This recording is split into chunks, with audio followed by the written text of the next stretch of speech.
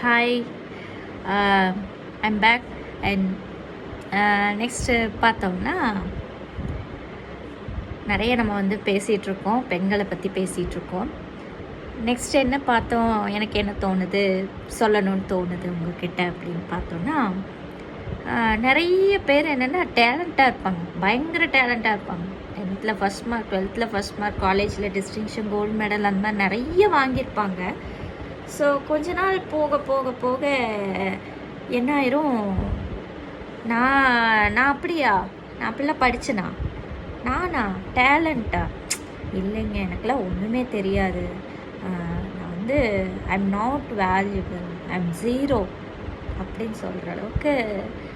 ஓ அப்படியா, இதெல்லாம் இருக்கா, இப்படிலாம் இருக்குமா, நம்ம வந்து ஒரு ஜீரோ அப்படின்ற அளவுக்கு யோசிக்கிற அளவுக்கு நம்ம வந்துடுவோம். ஸோ நிறைய பேர் அப்படி தான் ஆயிடுவாங்க. ஆனால் அவங்களுடைய முன்னாடி லைஃப் பார்த்தோன்னா ரொம்ப டேலண்ட், இவங்களை விட ஒரு டேலண்ட் வந்து யாருமே கிடையாது.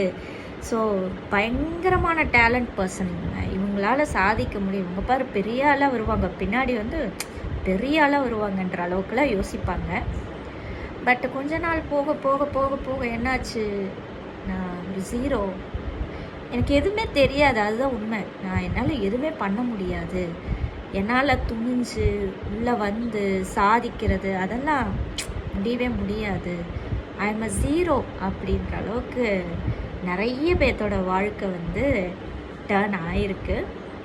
ஸோ அது ஏங்க, எதனால் அந்த பிரச்சனை, ஏன் அவ்வளோ டேலண்ட்டாக இருக்கவங்க ஜீரோவில் வந்து நிற்கிறாங்க? ஸோ இதுக்கு காரணம் யார், இதுக்கு காரணம் அவங்களா இல்லை யாராக இருக்கும்?